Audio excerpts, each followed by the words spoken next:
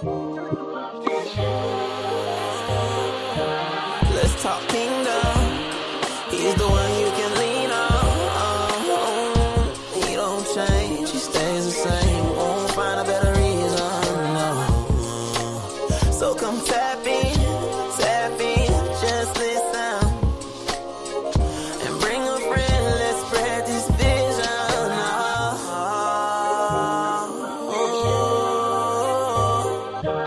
Let's talk kingdom. He's the one you can lean on. He don't change, he stays the same. Won't find a better reason, no. So come tap in, just listen. And bring a friend, let's spread this vision.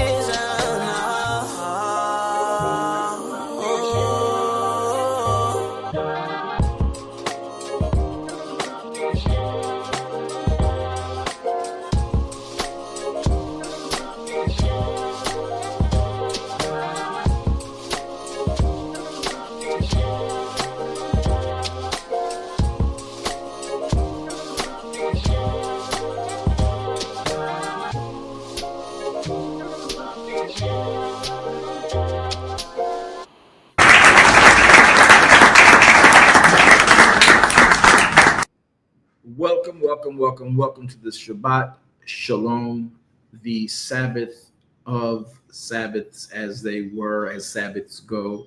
And we're here today to, again, bring glory to Yahweh, who is in fact our Elohim. Can you see my smile? I'm just been like really thrilled to know that all is well with this day that Yahweh has made. And we are literally in a dual Shabbat. I am elated. I happen to be benefited by being near family today, and it's a great thing to be with your family during days like today. My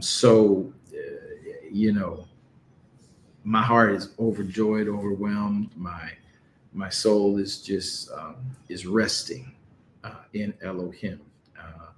So to be in the day of the HaMatzot conclusion is extremely beautiful and wonderful, along with, coupled in association with, running concurrent with the seventh day Shabbat, which is what Yahweh has brought us and gave us day one. So the seventh day Shabbat is the foundation, and then the 7 appointed time Shabbats are different. Did y'all catch that? The seventh day Shabbat, though this is the seventh day of HaMatzot, the seventh day weekly Shabbat is the foundation. However, as Israel developed long after Abraham, long after Adam, like millennials later, Yahweh gave us the command, the mitzvah of keeping his moedim, and those are Shabbats as well, but they are Shabbats on steroids, and we are to gather with him on those particular days, which of course we did yesterday, or I should say on the Friday of the Sabbath, the very beginning of the Sabbath, the Shabbat. We gathered, we blew the shofar, and that assembles the people. And then we had our gathering, our, as we like to call it, Chodesh Mikra. And so with all of that having been said and understood, now we're still yet in double and compounded blessing. Can somebody just, if y'all don't do it, I'm going to do it. Today is compounded blessing. Today is compounded blessing. All right. And many will think you're just using terms within Christendom that excite, ignite, and get people going. But it's a fact. It's actually true. That's right, Eric Felton. It's a compounded blessing because you have the seventh day Shabbat along with the seventh day of the HaMatzot, right? Both of them are numbers of completion, one more natural and one more spiritual, though both are spiritual and natural. Your HaMatzot is very much spiritual. Your provisions in it are seasonal. And then in the seventh day Shabbat from Genesis 3:15, whereas the HaMatzot Shabbat Moedim Chodesh Mikra is from Leviticus 23, Vayikra 23. But the actual day of the seventh day Shabbat, which happened the day Yahweh made man, right? The day he made man, it was the end of day 6. And then he made day 7 for man, who he gave dominion to rest with him in the Shabbat weekly. The Moedim you're in, HaMatzot, which is a part of the Pesach season of blessings and feasts, or Moedim, you're going to be dealing with seasonal blessings and seasonal empowerments, and it's that way. You're still learning more. Yahweh commanded that after he gave us the foundation of the seventh day. So I'm going to be sort of kind of real chilled. I really want to deal with a lot of questions many of you had. I'm not sure, and I want y'all to talk to me on Clubhouse as well. We have a lot of people today on Clubhouse who may not have been with us, during the Moedim, and may not have caught the teachings, which will be brought down from the platforms they're on shortly. So if you need to go see them, today would be that day. There were questions that popped up. No one got an opportunity to really get them answered as we were giving you time to do what you needed to do. Remember that the Moedim is the day. It's a teaching. There's a Hebrew word called midrash. And so in the study and the rehearsing of the word, as you would do on a seventh day Sabbath, you do more intensely on the Moed that would be also coupling on that day. So I don't know if I can express to you all enough that you are in a season right now, and in the completion, this is like double completion, which triggers double Barak. So when you come in here, you Barak Elohim by being present, having for the Moedim and for the seventh day Sabbath, having, as Paul said in Romans, presented your body a living sacrifice, Chodesh, holy and acceptable unto Yahweh, which of course is your reasonable service. So that term reasonable service really is to be translated into, without taking it out of context, your commanded service. This is what Yahweh said. This is what you were supposed to do. Paul was born into this type of command, or Hebrew word would be mitzvah. And so he's like, this is what we know to do. I beg you, brethren of the faith would mean those who are a part of the Torah, Torah observance. This is your reasonable service. I mean, since you were a second out of the womb, since you were conceived in the womb, you come up Torah. Your prenatal care was based on Torah. Your delivery was based on Torah. And if you're a male of the firstborn, of the first to crack the matrix, there was a lamb that was given from the family trust and the family bank account to redeem you unto Yahweh. No, you didn't buy your child back from Elohim, but there is a redemption that goes along with the firstborn. And if that baby cracks the matrix and comes along healthy, and is not just healthy but alive, most importantly, then you redeem that child, i.e. recognize that child to the Father by rendering him a redemption lamb, which is a different lamb than the lamb you guys are responsible for today with the Moedim and the completion of HaMatzot. And that completion is because this is the seventh day, as commanded in Leviticus Vayikra 23. So listen, some of you still haven't done it. You need to go and stop playing with this. Really stop playing with it. Get you want to get all the education, you want to get all the revelation, but you want to do no part of the compliance, and the two don't work together. I promise you they don't. I promise you they don't. I had a conversation with some people, but anyway, we want all the revelation. Oh, this is deep. Oh, this is fire. Oh, we never knew this in Christendom. Yada yada yada. But once you know it, don't get too excited, because now you're being commanded to keep it. If you say you love him, and he now shows you him deeper, and he now shows you what more he wants to do, you just can't go around being gassed up and gassing other people up with the fact that you know this knowledge. You now got to be about it. Don't just talk about it. Yes, we live in a voice activated kingdom, but don't just talk about it. Somebody type this in. Be about it. All right. Matter of fact, write Moedim. I'll do it because I don't want nobody. I don't want anybody. I don't want to put words in anybody's mouth. I'm gonna put it on the screen for you.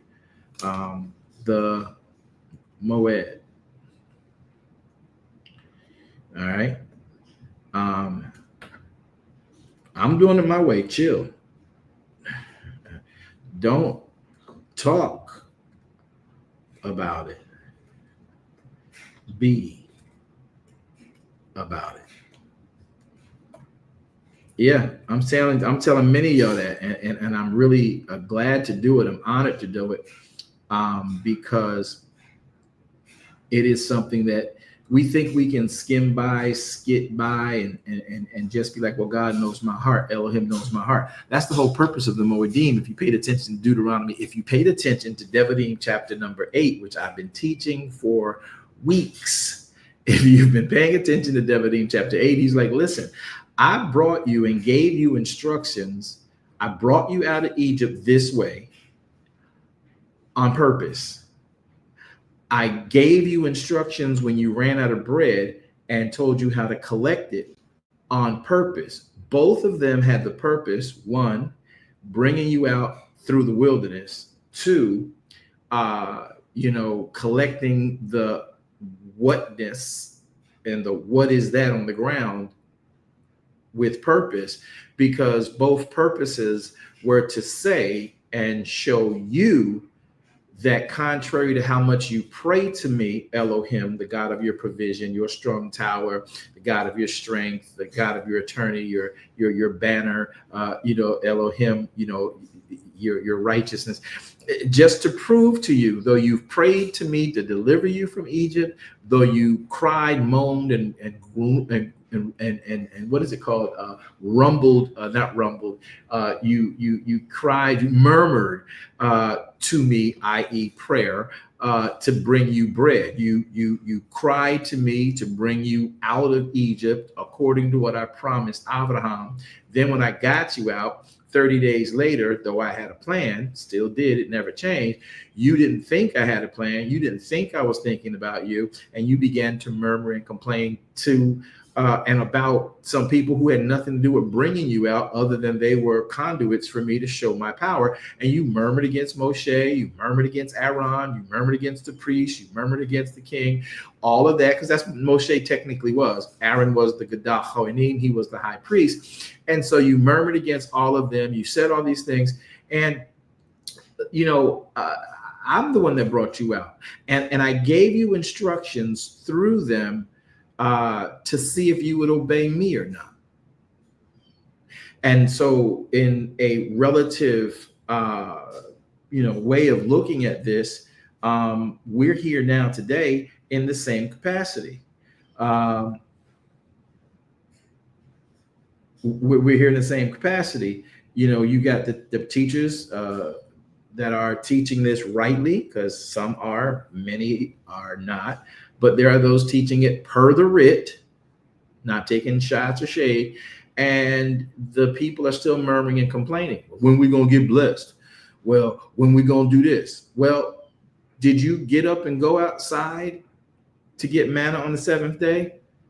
You want him to bless you for disobeying what he said to do. Because in the instructions, Moshe and Aaron told them, He said, don't go outside on day 7. There won't be any manna there. But yet on day 7, you complaining, where the bread at? Did you not hear what the messengers, servants who are speaking as conduit to you said based on what Yahweh wrote? Don't go out on day 7. But yet in day 7, you get up, pardon me, and go out. I'm going to sneeze. You get up and you go out on day 7 when I explicitly told you not to, and then you're going to ask me, where's the blessing? God, you forgot about me. No, I gave you enough on day 6 to cover today, and that was to make sure you didn't get your butt out of bed just to go work on a day you're not supposed to work. You're supposed to let me, Elohim, Yahweh, work on you, Mr. and Mrs. Human. So you want to cry about the blessings, but you don't want to obey and comply with the instructions. Oh, I make that a quote. Don't cry about the blessings when you have not complied with the instructions. Oh, that's so good. Let me say it again. Don't cry about the blessings if you refuse to comply with the instructions, because you're saying, well, I did it, but did you do it like we told you to do it? Did you do it the way the instructions said to do it? Well, I didn't go. I went out on day 4 and day 6 and day 5. But I went out on day 4 or 5, and I wasn't really hungry on day 6 when I got up, or I had a toothache and I laid in bed longer. So by the time I got up, if y'all don't pay attention to this is deep. By the time I got up and the cloud lifted, and by the time I got up, the sun was up. Well, you and I know, if you read the instructions, that when the sun comes out, the coriander seed, the hoarfrost, the manna would wax hot and dissipate. Help me, Ruach, talk to your people. And therefore, you got up late on day 6 to not do the work that is required in day 6, so I can cover you in day 7. You think, well, I did day 4. I got up and I did manna. I collected manna on day 4, and I tried to eat some of the leftovers on day 5. Well, no, I got up on day 4. I got the manna. We cooked it. We ate it. I got up on day 5. I got the manna. We cooked it. We ate it. And we can get complacent sometimes and just think that, well, I know God got it out there, so I'll just take my time. But day 6, I had a toothache a little bit, and so I didn't make it. I didn't get out there in time before the sun came up. So I tried to eat what I had on day 5 for day 6. Who can tell me what happens? Come off mic. I need somebody to come off mic, pop off mic, and tell me what happens on day in that process on day 6, the day that you carry manna over from one day to the next, if it ain't day 6. So on day 6, they're eating the manna from day 5. Anybody know what happens on that? Come on, say your name. Let me know who you are. Say your name. Moderators, mod for me. What happened, Lindo? What happens when you carry food over if it's not day 6? When you carry manna over if it's not day 6 to the next day? What happens to manna on day 5 trying to be eaten on day 6? It rots, stinks, and grew worms. It stinks and it grows worms.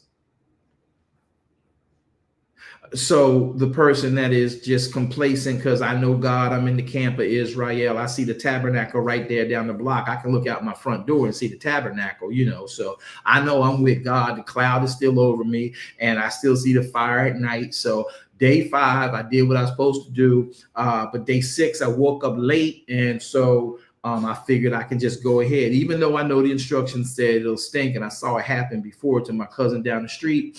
But I went ahead and did it anyway, because I know God know me, but he knows my body. And I overslept. And I was feeling some kind of way, maybe, a little libated the night before because I had a toothache. I was trying to kill the pain, and I slept in, and the sun came up and the sun caught me. And so when I got up to go out, it was all gone. The manna had already melted away. So I just ate what I had in the cupboard from yesterday. Now I got to go to the doctor and get rid of these worms because I got worms all inside me. But that was day 6. So, and since I didn't get anything on day 6 and I had to give up the stinky stuff that was from day 5 because I couldn't eat it on day 6. Day 6, I went to sleep, right? And because I didn't get nothing on day 6, right? So I'm just knowing Yahweh gonna provide for me my way. And I got up on day 7 to go out there and get it. And daggone it, Moshe, I should have food out there. I should have manna out there on day 7. Because I didn't get it on day 6 because I didn't follow the instructions, and I had a good reason. I really wasn't sick. I just didn't feel like getting up. So I guess you could say I was sick. Are y'all getting where I'm going with this? Y'all like my role play here? And so I'm trying to, and so there should be food for me on day 7. I got a family to feed. So they would start complaining about not having food on day 7, and they're like complaining to Moshe about the blessings, but they did not comply with the instructions. And yet you're going to complain because you didn't comply with the instructions why you don't have the blessing. Now you're cutting in them, and Auntie Merle and them, they good today. You can smell the bread bacon, and you're like, well, my family should eat too. Cutting, Auntie, you got something for me? This ain't Pesach, bro. I got a family too. I got just enough for mine. I follow the instructions. You need to do the same. So I'm just saying to y'all, don't get all excited about the blessing plan of Yahweh if you're not looking to comply with Yahweh, because the blessings are triggered by the compliance. Can y'all type in Elohim is about if and then concept? If y'all don't do it, I'll do it. I'll make sure we're all on the same piece.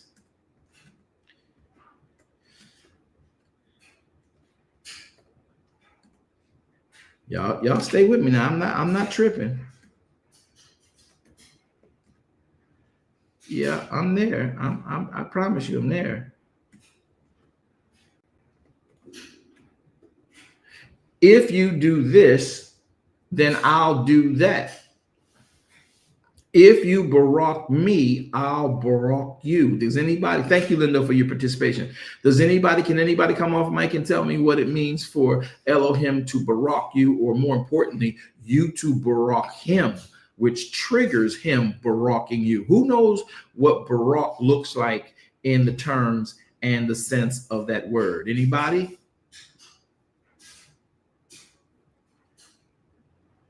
Nobody, really? Okay.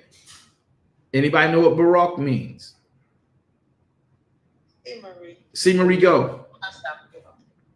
If you bowing down before Yahweh, I can't hear you. Your words are slurred. Go ahead, say it again.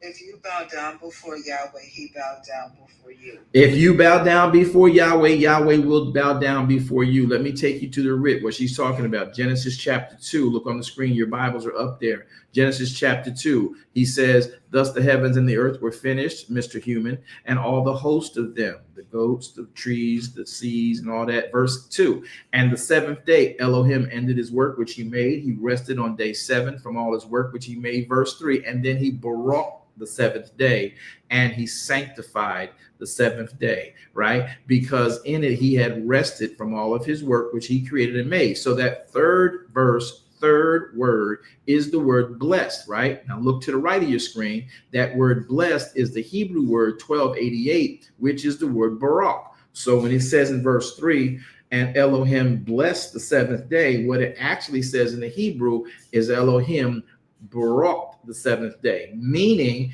he put an actual command on it. Watch this, because he did make it a benefit, but you can't get the benefit if you don't fill out the application. Some of y'all don't like that. So here is what it means to barak, right? It's a primitive root. It means to kneel. It means by implication to bless Elohim, as in giving him act of adoration, right? Telling him, Yahweh, I love you. You have my testimony. I'm here because I love you with all my whole heart, mind, and body. You told me to come here and be here. So he says, if you barak me, watch this. He says, you kneel down to me. You give me adoration. Tell me, like David says, Yahweh, you are my shepherd. And then it's the look at the definition. You kneel down by implication to bring adoration to Elohim, and then vice versa. Elohim will barak man as a benefit. This could incorporate cursing you. This could incorporate dealing with you in some sense of treason, which, you know, that's an unlikely piece to this application on this verse. But it could mean that later on in some of the Hebrew writings. But this one, it also talks about the fact that Yahweh will give you abundantly what you need. Why do we know that? Because the human's first day on the job would have been day 7. And so you getting cursed on day 7? Talk to me, people. Is the human being cursed on day 7? No, he's not, right? So if he was made on day 6 in the evening, at the night, in the end of the day, and then Yahweh gave him day 7, he's not bringing him in there to curse him, is he? No, sir. No. I need y'all to talk to me. I need to know if y'all knowing this, because ain't nobody supposed to be working today. You all supposed to be on Sabbath. So please feel free to come off mic and talk. But the point of that is, because it's good when the enemy knows we all understand this, we all get this. And verse 3 says, Elohim barak the 7th day. Well, how important is that? Well, look at verse 2. It says verse 1, and the heavens and the earth were finished, day 6, and all the host of them, day 6. And on day 7, Elohim ended his work which he made. Verse 3, Elohim then barak the 7th day, meaning I will be a benefit to you if you come into the 7th day and give me the adoration for me giving you instructions on how I benefit the human. So it hits different. It's a whole different storyline when you understand that you see that he has a plan for you. So in the word baraked, if you look at the screen again, it tells you it's the Hebrew word 1288, and it means that he baraked that day, meaning he is ready to benefit you in that day. But you as a human, your rendition of baraking is different from his rendition of baraking, and your blessing him triggers him blessing you, though he put the blessing in place for you. Can I say that again? I want this to be a quote. You can make it a meme or a reel, whatever. You got to understand the word barak. So when you look at the word barak, Hebrew word 1288, for the third word in the third verse of the 2nd chapter of the book of Bereshit. So Genesis chapter 2, verse 3, third word is blessed, which means in Hebrew 1288, the word barak. So when Elohim blesses, he blesses you and I based on us blessing him, right? And that triggers him blessing us, even though the blessing was set waiting for you long before you got here. So when we talk about it, well, God blesses me. Yes, he has blessed the human, but many humans don't walk into the blessing because we don't follow his instructions. The blessing is waiting on you. The blessing belongs to you. So you can use your quote, what God has for me, it is for me. Y'all know that song, right? Can I sing it one more time? What God has for me, it is for me. Listen to the rest of the song. Watch this. I know without a doubt. Y'all watch this. He will work it out. What God has for me, it is for me. And then y'all get deep into your riffs. Listen. It is for me. It is for me. You do all that right there. Yes, it's for you, but you got to follow the instructions to release it. Ain't nobody taking it. There are no crumb snatchers. unless Yahweh dispatches his army. You know, the one he told you about in the prophet Yoel, his great army, you know, the cankerworm, the palmer worm, the caterpillar, you know, the locust. Yeah, that's not the devil taking what you said you believed God for. That's Elohim saying, you tried me. You tried me like Cain tried me. And so many of you today playing a game, I mean, you, when I say you, I mean, I'm incorporating you, many of us, so I should have said that way. Today, we play with Elohim. And we like, well, he know my heart, and well, I didn't have the time, I didn't do this. You and I got plenty of time to schedule everything we need to schedule for what Yahweh has commanded and put in his instructions. So when we are aware that there's blessings waiting on you before you were even born, they have been stored up. Can y'all say, I have blessings stored up? Type it in, say it out loud. Let's make the enemy of our faith mad that you are understanding this. You do, from the day you were born, before you got here, in the Shabbat, in the Moed, in the Moedim, you have blessings already stored up, waiting on you to activate. I'm the only one gonna get excited in this day of celebration. You do. You got blessings stored up and waiting on you. Yeah. All I do is win when I comply with him. Oh, let me make that another quote. All I do is win when I comply with him. Oh, that's so good right there. Oh, man. So what Elohim does have for you, brother, sister, it belongs to you. It's waiting on you. I'm here. That's like the man who appeared at the actual bridegroom's dinner that the king threw for his prince. And when the nobles and the upper echelon of the kingdom came up with excuses, Yahweh opened up the VIP seating to whoever was out in the way, in the streets, in the corners, wherever. He says, yo, bring them in. Since the nobles won't come, I got something for them too. But bring in those who at least know our kingdom, know our edict, and know the value of me inviting them to a dinner where they got direct access with me while I'm having libation and in a good spirit. I could change their life with a contract to them and take it away from the noble, and they don't get it in over years. The noble will go down, and you, now having had that opportunity to come up, can come up because my word says, hey, you came proper to my son's wedding. And guess what? I like the way you rock. I didn't really get a chance to hang out with you before, but now that I'm sitting here breaking bread with you, even though I'm your king, we've talked, you know, in judgment circles, but now we're sitting in my enjoyment circle. So Mr. and Mrs. Citizen of this kingdom, I'm having a good time sitting down with you, having this meal, chopping it up. I see the way you eat. You have actual protocol to eating. You know how to drink and present yourself properly.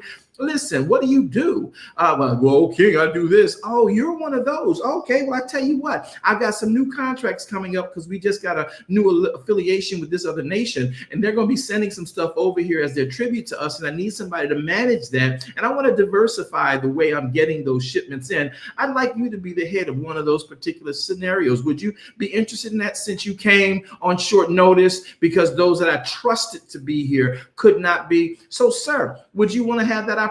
Oh, king, if it should develop, I'd love to be there. Just tell me, how can I serve you, oh king? No problem. I'll send my messengers over when the time comes. Just be aware. Now, when they call you, get yourself over here. I don't have time to play.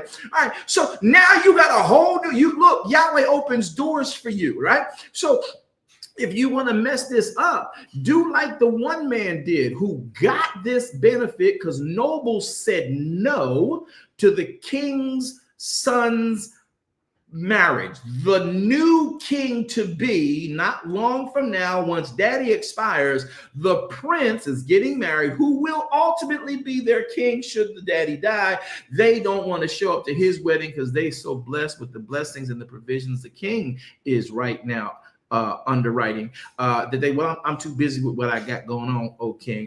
Yeah, it wasn't for you, you know, because all this is your stuff.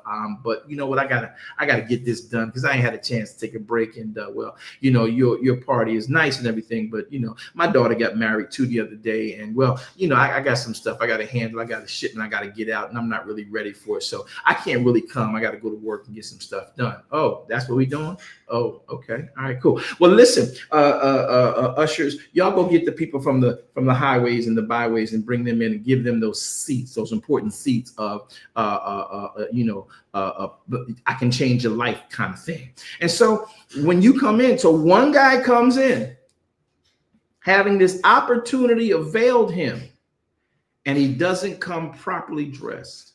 So you playing with him. You playing with the king. Don't play with the king. Don't come improperly dressed talking about, well, God know my heart, king. I came. I'm here. Yeah, but you also know what coming here is supposed to look like.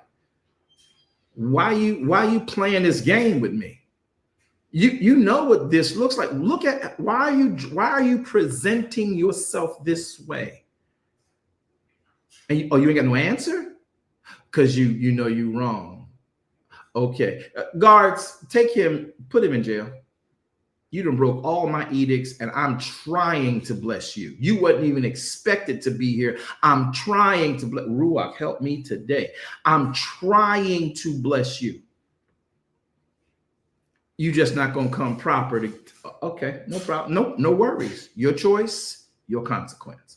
So many of us are in these feasts talking about, oh, how grateful we are that God has blessed us and we honor God and we learning now that we never knew before, you know, what we're hearing now, and hallelujah, bless God, and we want the blessing, but we don't like the compliance with the instruction. And you can't get that blessing that's been stored up for you unless you barak him. And I want to make sure y'all get that. And this is the important thing. So don't overthink this and don't run ahead of me in this, thinking that this is about you just ignoring Elohim or ignoring the king because you got some, I think I see a comment in the statement saying worldly stuff. Carmen Hicks says, never forfeit your blessings for worldly stuff. You're almost there, Carmen, but that's not just it, because some of them didn't come because they was lazy, tired, didn't respect, because they became complacent with the king. Listen to me, y'all. Familiarity breeds contempt. And some of us have become so familiar with these teachings that we think we know it. Well, Pastor, you teach it every day. You teach it every day of the year. And then when the time comes, we go through the same thing. We see you do the exact same thing. There is no other instruction. It's the instruction. Your job, my job, is to comply with it, no matter how simple and mundane it may become to you, because familiarity breeds contempt. And contempt, watch this, in the word barak, leads to treason.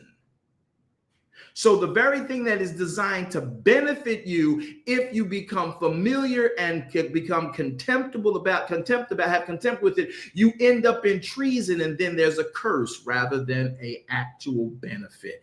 Can anybody just say, ouch, that hits different, that goes too deep for me? Tell me something. I just need to know you following and tracking this out by the writ. So we play with God. Oh, we're going to come to the teachings, but you didn't come to the actual service. You didn't comply. You didn't even dress for that. Y'all not gonna talk to me. Y'all gonna just act like Apostle lost his mind today. I promise you, I have had full faculty of my mind this day. You better stop playing with Elohim. I mean it. And I'm just the messenger, because I got to stop playing with him too. There's times when I do. But here's the catch. What you gonna do about it?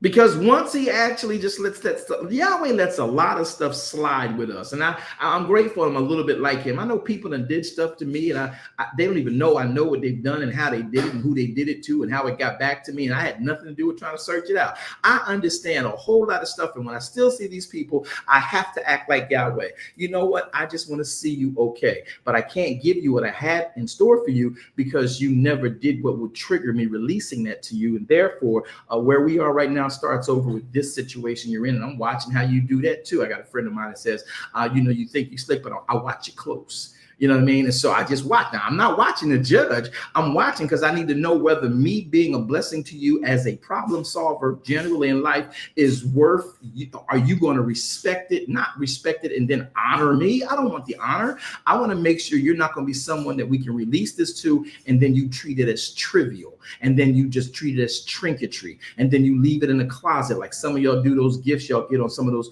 holidays of Christendom. You know, I'm going to name it specifically. I'll be in there. Yahweh forgive me. Christmas. Some of y'all got Christmas gifts. Y'all have re-gifted to people. That is trivial. That is trinketry. And that is treason. And then you are getting these things with no real purpose and understanding. You don't even use it. Say you don't re-gift it. You re-gift it because you're trying to be productive and effective with a gift given you by somebody else. But you know, you can get looky in your mind and end up re-gifting the person that gifted to you. Boy, are you busted then. But many of the things that we get, sometimes we grab them because there had no real meaning behind it. There was no real purpose behind it other than keeping someone's tradition, and you want to look the part. And so now you got what was given you. It may have cost them something. And then some of us give gifts that don't matter. We just do it because it's tradition, you know, and you, at the end of the day, it's trinketry, and you play with God. And Yahweh's not that. He's not that one. He really ain't that one. He's not that one to play with. Give God Elohim what he wants. Y'all playing with him. When he tells you, I want the sacrifice, yeah, I you know, I'm gonna just come and act like I ain't got it. I'm not saying they're not circumstances where people are really in the tight because they did not know previously, right? They made it to the wedding, and then that person says, you know what? Hey, I don't have the best robe, but I'm gonna go and put on my best that I have. At least the king, if he asked me, why are you not dressed in a particular apparel? Oh, king, I really wasn't prepared for it, but I dressed in my best. See, if that man would have given some answer of sincerity about the fact that he appreciates and is grateful for being allowed to come, the king is going to appreciate that. And many of us play with Elohim and don't even give him an answer and be like, God, you know my heart. You're like, yeah, okay. I do know your heart. Mm-hmm. This tea is cold, but it's still tea, and I'm spilling it today. You heard me? Y'all better recognize. Stop playing with Elohim. You want to get all the benefits of being able to get new conversations, to preach about God and to teach about the revelations that have been hidden in the books of the Torah before the Christian began to read it because we thought it was just the Old Testament and we just wanted to deal with the New Testament. Now we're finding out about our Jewish Jesus. We're finding out about these things that were hidden in the text, and we just come and show up. Baby, once you know it, you now are compliant. You are now to comply. You are now responsible to comply. So now don't go talking about, oh, my mind is blown about the blessings Yahweh has stored up for me. And then you come to a place where the blessings are being bestowed because people are complying with the instructions. And then 30 days later, you don't feel you got yours, they ain't showed up, and now you want to complain to the preacher, you want to complain to Moshe, you want to complain to the king, you want to complain to y'all not talking to me, y'all not talking to me, y'all not talking to me,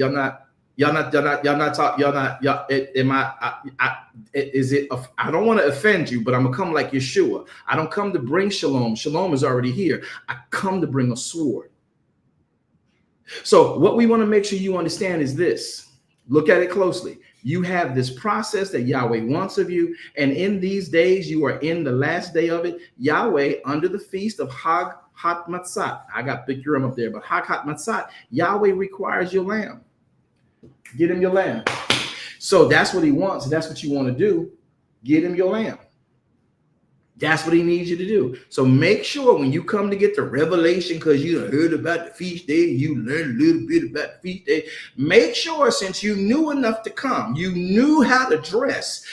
Don't come in here. Don't come to him incomplete. I don't mean here on this platform. I mean at all about his feast. You want all the revelation. You hopping on Dr. Google. You going to Preacher Google. You going to Preacher Bing. You going to Preacher YouTube. You going to Preacher Facebook, Preacher IG, and any and everything that's out there. And all that stuff is so convoluted and cloudy. And yet you don't want to comply with what Yahweh wants, but you think you're getting information that's going to be useful and you're going to be able to benefit from. But I promise you, Yahweh is about if then.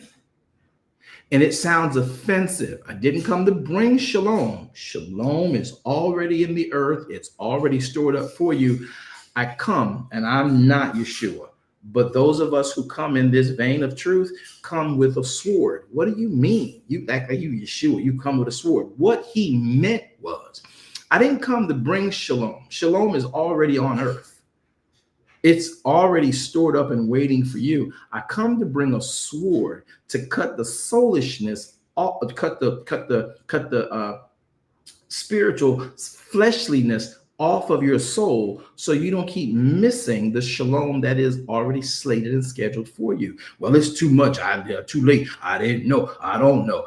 That's cool. If you don't know, just make sure you do him right. Come correct with him. Let him know I want to do these things your way. But some of us got this arrogance and this spirit of high-mindedness, and God knows me, and the spirit of, I would have to equate it to being inclusion, that we simply say, well, God, he know my, and then you give him no answer for why you showed up empty. And he told you through the prophets, don't come before me on these days empty of what I asked for. And even if you don't have it because you didn't know it, now that you know and have been in fact convicted to come, compelled to come, just ask me. I'll provide it for you, because I want you to know that in my kingdom, I got you covered. But if you don't come to me and say, Father, I really didn't know, or even say, I did know, but I didn't prepare. But as I'm going through this, my heart is just like, oh, I'm so wrong. Can you help me? Turn to him with your whole heart. Do not rend your garment, rend your heart. Who knows, the Bible says, if Yahweh will repent the evil that's due you for your transgression, turn it away. Mercy said no. Yes, they didn't prepare. Yes, they did transgress. Somebody say mercy said no. Just type it in. Mercy said no. And then when you type it, say that hit different.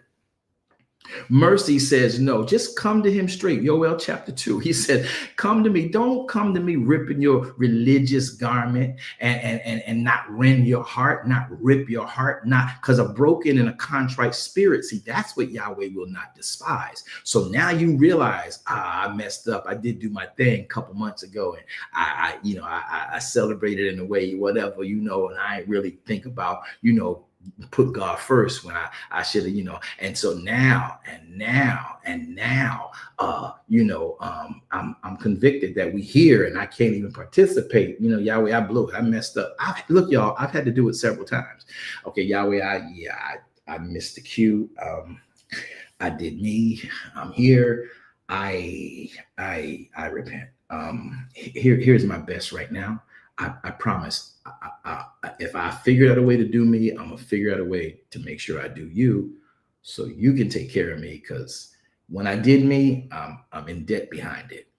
But when I do you, for some reason, the reverse happens to me, and I mean the reverse of having not enough money and too many days in my month and bill cycle pan, to where whatever money I got makes all my days of debt even.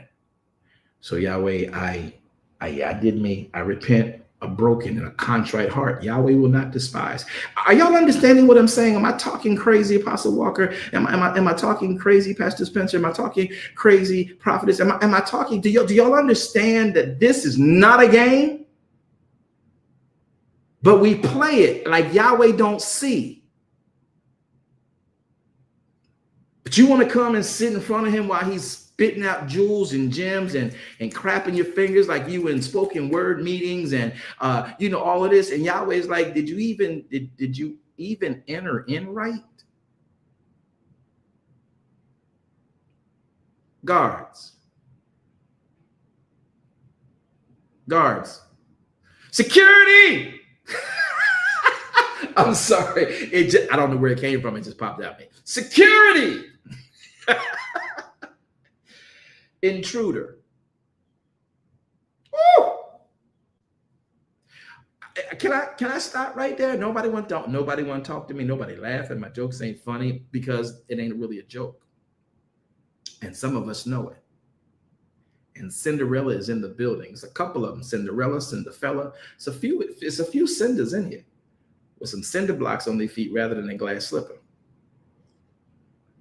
And we need to make sure we at least just simply repent. No condemnation, but corrective instruction. That's the job of the prophet. By the way, that's one of the things I do. It's just to remind us of the word and the practicality of the word and how that word looks and operates. Anybody got anything they want to say about that? No, nobody? Does anybody see Mercy said no differently now? And again, this ain't about if you did, this ain't about if you did say, hey, look, and I just don't want to show up before Yahweh empty. I'm not in the best situations to do that. I know what he wants. I'm trying to do it, but and he don't want my rent. He don't want my mortgage. He don't want my car note. He'll help me with it. I just got to show him that I'm willing to prove him. And I'm okay with him proving me that I didn't better prepare for him. But right now, mortgage is all I got, rent is all I got, car note is all I got, life insurance, all medical insurance. I got that. I'm giving that. I got to take care of that because I'm my family. But I do recognize the fact that I am not where I'm supposed to be with him. So Yahweh, listen, here's my best. I promise you, the way I figured out how to do me, you now are the top of my expense. I'm going to make a vow to get straight with you on this. And I need your favor and your storage of blessing for me. I need some of y'all to type it in. I don't care. Matter of fact, would y'all all do us a favor so we can hide and help those who might not understand that? Can we all type in, I need your stored blessings?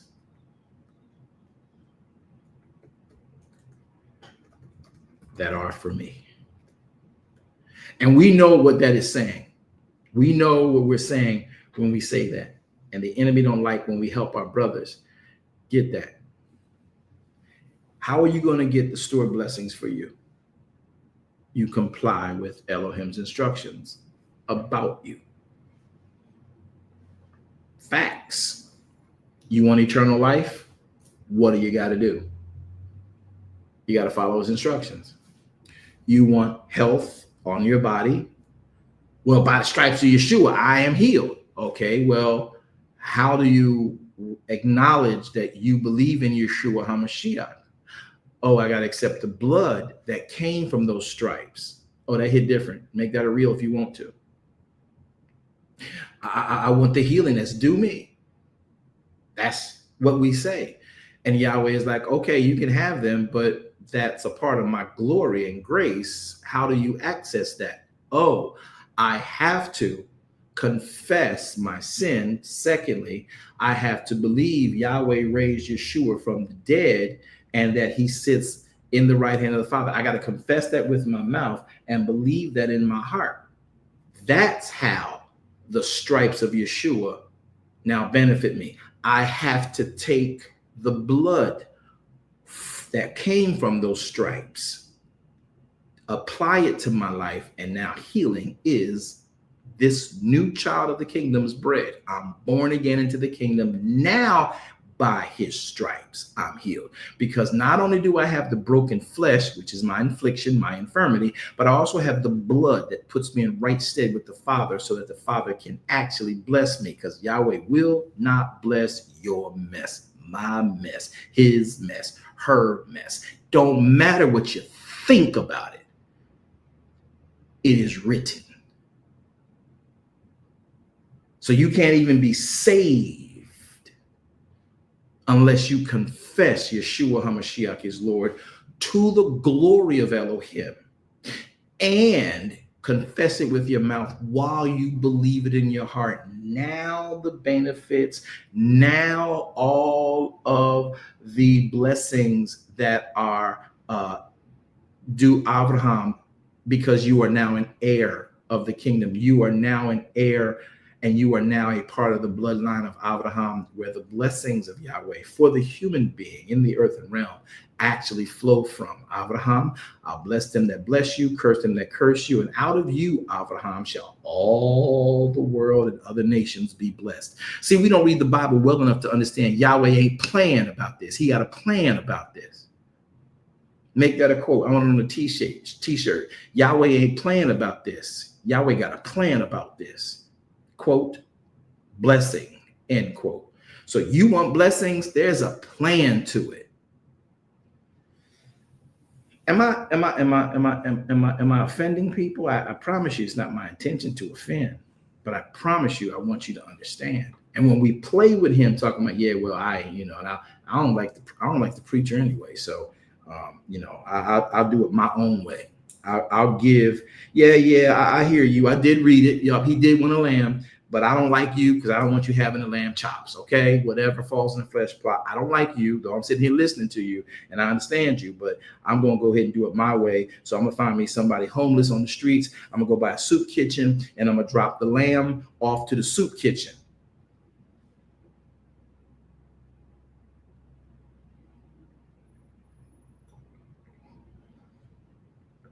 That's what we doing. That's how we doing it. Is that what we doing? Moderators, check my board, please.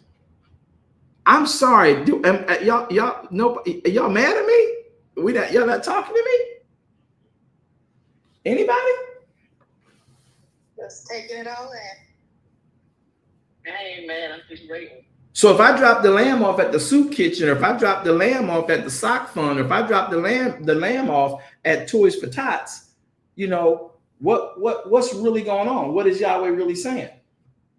Have we complied with him? Well, I'm gonna give what I want, way I want it, because I'm a free will moral agent. Well, free will moral agent means you're able to do whatever you want, but whatever you want comes from somebody's edict, somebody's description. You choose which edict you want, but you don't get to choose the consequence that comes from compliance or non-compliance.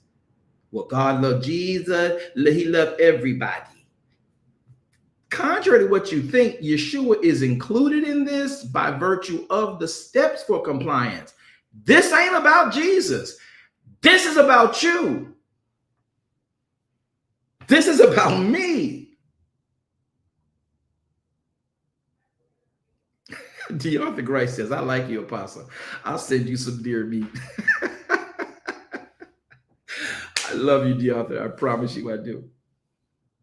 That is hilarious. You're like, Apostle, I like you. I can send you some deer meat. I bet it's going to be good venison too, right? So anybody want to talk about that? Anybody upset about that? This is what we do in Shabbat. We talk about the writ. I did not take you outside of the writ. I kept you inside of the Torah on a day that is considered to be a study in and about the Torah.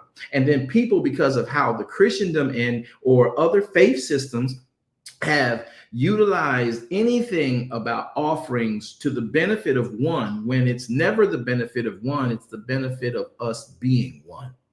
Oh, make that a quote. See, the offerings that Yahweh is asking for from his people are to benefit not just one in the giving of the offering to an actual agent. It is about the giving to Elohim to benefit us becoming as one, because we all have one accord, we all follow the same one instruction, and we honor the same one Elohim. That makes us now dwell together in unity. Unity, uniformity means oneness. And you can be diverse in your oneness, but everybody is coming to do the one thing. When you come to a place like that and you do whatever from hell you want to do in his righteous state and construct, you're not one with him. That's a different ball game. And these are the things that we don't understand when we're dealing with the writ. So this is not about judging. This is about simply making sure we are clear on the instructions. We might not like it. Well, I don't like the way you said it. I'm sorry. It's written. And you didn't like it when you read it. So he just had me to come and share it with you practically, because when you read the writ, I love this one. Y'all mind if I go deep today? I just feel free and I feel protected by Elohim to speak like I need to speak today. Y'all okay with that? Absolutely, Apostle. Okay. So when you read the text and it says to you in the book of Exodus 16 or the book of Exodus 15 or 13, or you go to Leviticus, Vayikra, chapter number 23, and you read down in verses 6, 7, 8, and then he starts something new in 9 when he says that on the 15th day of the month, somebody say HaMatzot begins. 1, 2, 3, go. So on the 15th, you are to come convocate, bring a lamb. You will then give a lamb each day. On the 7th day, somebody say HaMatzot ends. You are to convocate again. So the first day you convocate, the 7th day you convocate, and you don't come before me empty, you bring a lamb. You read it.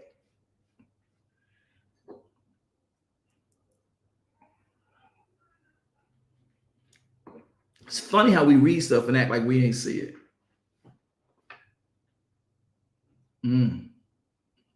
What about shit? And then when I act like we're with him and compliant and the blessings of God, and then months later complain to the preacher, the pastor, and Moshe and Aaron, why they happen for me? Why did my manna start to stink and grow worms? Did you follow the instructions? Worms? Wait a minute. If I know your complaint is your manna turned to worms, that means you didn't follow the instructions. You kept it over. You do remember we told you you can't keep it over to the next day. Yeah, well, God knows my heart and situations happen. Yeah, but that don't change. That don't change the consequence for noncompliance.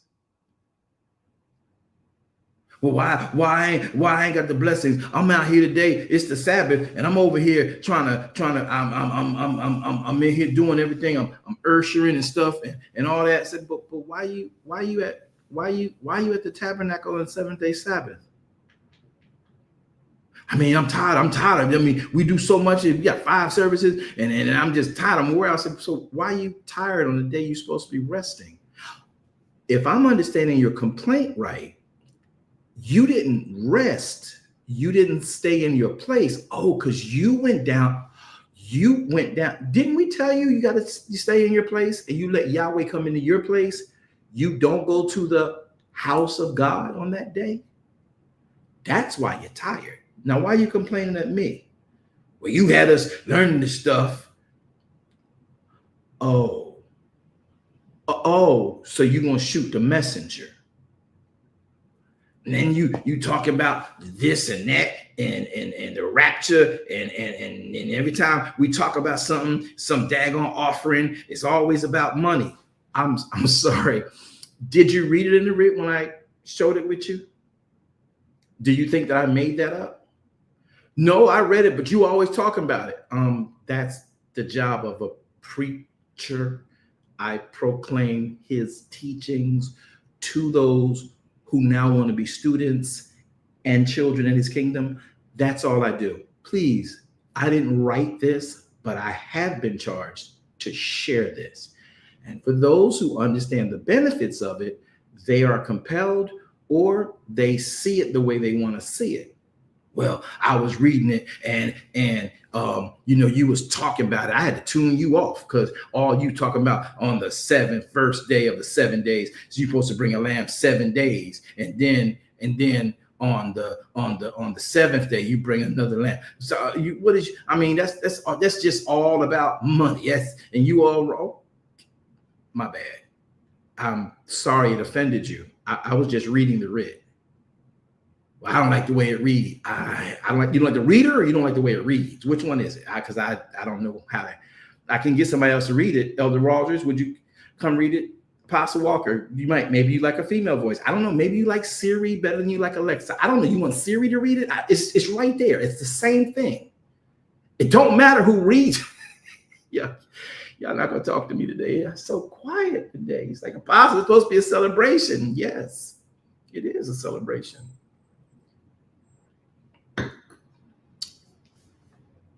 We want so much of God, but we only want to give him so much compliance.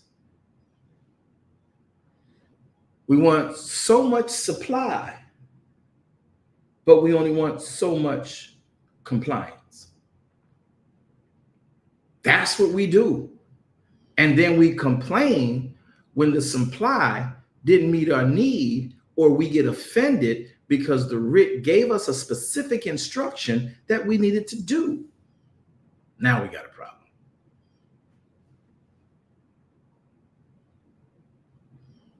Now we got an issue. But the instructions of Yahweh are very clear. No matter who reads them, you or me, they are still the same. Now, how you perceive them, again, is the free will moral agency piece. That's why we have to always talk about discernment, practicality. Again, I don't care if it's Siri or Alexa. I don't care if it's Baptist or Methodist. I don't care if it's Jew or Gentile. The Torah doesn't change for no man. It changes every man. Quote.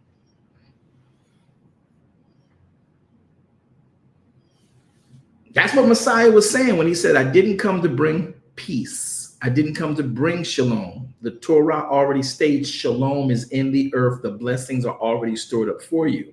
Can somebody type in shalom is 13 blessings? Add on to it from Elohim. I'll do it because I don't want nobody to think I'm tripping.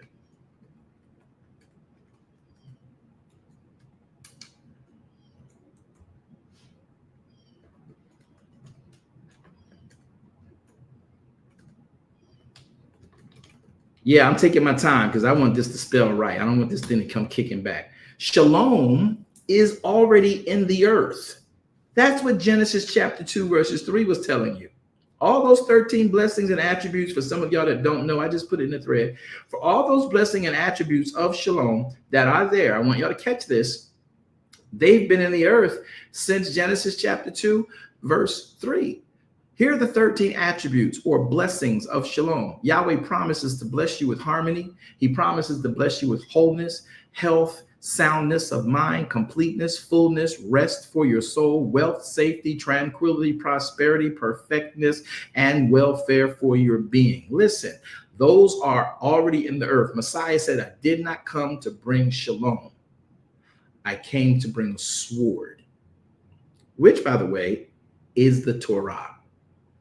I came to cut off all of your self-righteousness about his righteousness, because the sword he yields, according to Hebrews chapter 4, it's a double-edged sword.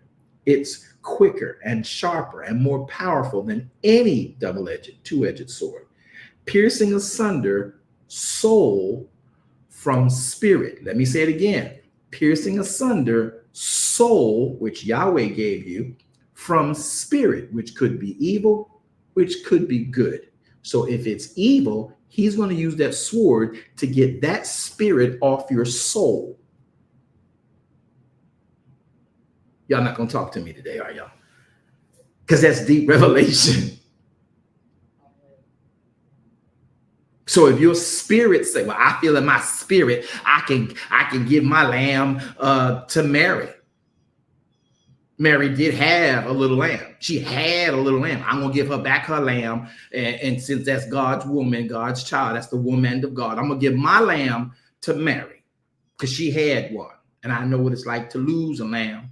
Yeah, I tell you what to do. I'm gonna go and calm down because I'm on one today because of so many things I am hearing in my inbox, hearing in my emails about the element of why we don't need to do what Yahweh says is his feast. No, I'm not combative about it. I'm just corrective.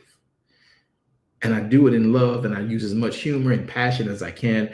Sometimes it gets misconstrued as shade and animosity. It's not. It can be a bit, just heavy to have to be the one like, okay, I hear what you're saying intellectually, but it does not come off Torah. That's not what Torah says. I know you have the right to think what you want to think, but that's not Torah. We don't even live in that kind of dispensation these days. The temple don't even exist, and the Jews don't even do it. It wasn't given to the Jews. Why are you comparing yourself to the Jews? This is for the human being. Mr. and Mrs. Free Will Moral Agent. All right. We've been going for about an hour now. I'm going to take a break and come back in an hour because I'm hungry, and I want y'all to really process this. Some of y'all might not tune back in, some of you might, but I'm going to put up a new post both in the clubhouse, so you'll be notified when we go live. We're going to say it's 2:00 now. Let's say it will be, it's 3 p.m. Eastern Standard Time. Let's go for 4. I'm going to take some time and eat some more of my unleavened bread while I have it left, because at sundown today, for those of you who haven't come out of Shabbat, you can eat your leavened bread again. I'm going to go get me some unleavened bread. I'm going to get me a piece of protein. I'm going to get me some more tea. I'm going to try not to spill it this time. And then I'm going to come back at 4:00 for those who want to continue to study. Do y'all think we didn't study the Torah today in this hour? Anybody think we did not study Torah today? No, it was all Torah. Okay. So for those of you who are still in the Moedim of HaMatzot, the final day, and you haven't gotten your lamb, or maybe you got convicted about the lamb in between, have a conversation with the Father. And I'm going to ask you to trust him. I'm going to say this before I go. This is not about money. This is about your compliance to his will that triggers your provisions. No, you're not buying anything. There is nothing to buy. Yahweh believes in the if-then concept. You barak him, he baraks you. So I want y'all to consider that. So if you're saying, well, I ain't got it, I ain't gonna feel condemned. Says therefore now no condemnation to them that are in Christ Jesus. All that's wonderful. I heard you. You don't know what it means. If you said that at that point, you come back at 4. I'll help you understand what that actually meant in the Hebrew, which he who spoke it was Hebrew. So if you do happen to be compelled and you find I'm a little bit convicted, I stepped on my toes, that hurt, shoe fit. Listen, Yahweh, how do I fix it? Take the opportunity to repent to the Father, as I've had to do so many times, and then give him your best. And then tell him, I need you to provide for me so I can be compliant with you. Do not take from your rent. Do not take from your mortgage. Do not take from your car note. Do not take for your medical assistance, any of that. Just trust Yahweh. All right, I'm going to go now. I'll be back 4 p.m. Eastern Standard Time. I'm looking to see y'all. All right. Are y'all okay with that? If y'all okay with that, put your thumbs up on the screen. Let me know y'all going to come back. Who going to come back? Put a thumb up. If you don't want to come back, that's cool. I ain't trying to pressure you. There's nothing to be sold here. This is just for those who are wanting to be the students. When the student is ready, the teacher will appear. And sometimes, of course, can get a little bit monotonous or hectic. But come on, give me a thumbs up if you're coming back. All right, I got a couple of y'all in Clubhouse. Just a couple of y'all. I got 5 of y'all in Clubhouse. Wow. Okay, there's 6. Okay, all right. Come on, give me a thumbs up if you're gonna come back. Nobody gonna come back. All right, cool. Come on, give me a thumbs up. YouTube, let's do it. Give me thumbs up, thumbs up, thumbs up. I'm not selling that. This is not a. What's that thing called? I want to do 5,000. I got a 6. This is not a. What is that thing called when they do that? What's that called when they do that? Auction. This is not an auction, right? We're not. This ain't an auction. But this is about autonomy. All right, everybody. I'm going to let y'all go. I'll see y'all in about an hour. I'm trusting Yahweh to bless you and keep you in every possible and potential way. I love you to life eternal. My Yahweh loves you more. Go get your seed in. Don't leave him. hanging. You know his word is real for you, and it is designed to keep you where you need to be. Shalom Aleichem. We'll see you shortly.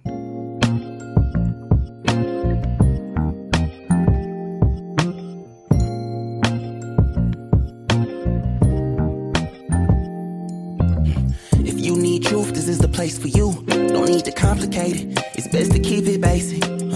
Open the book, the word itself approved. He's Alpha and Omega, the answer since the early ages. What you should do is learn about the greatest. Just so you know, our door is always open. Let's study together instead of debating. Share our differences. Let love heal all that's broken.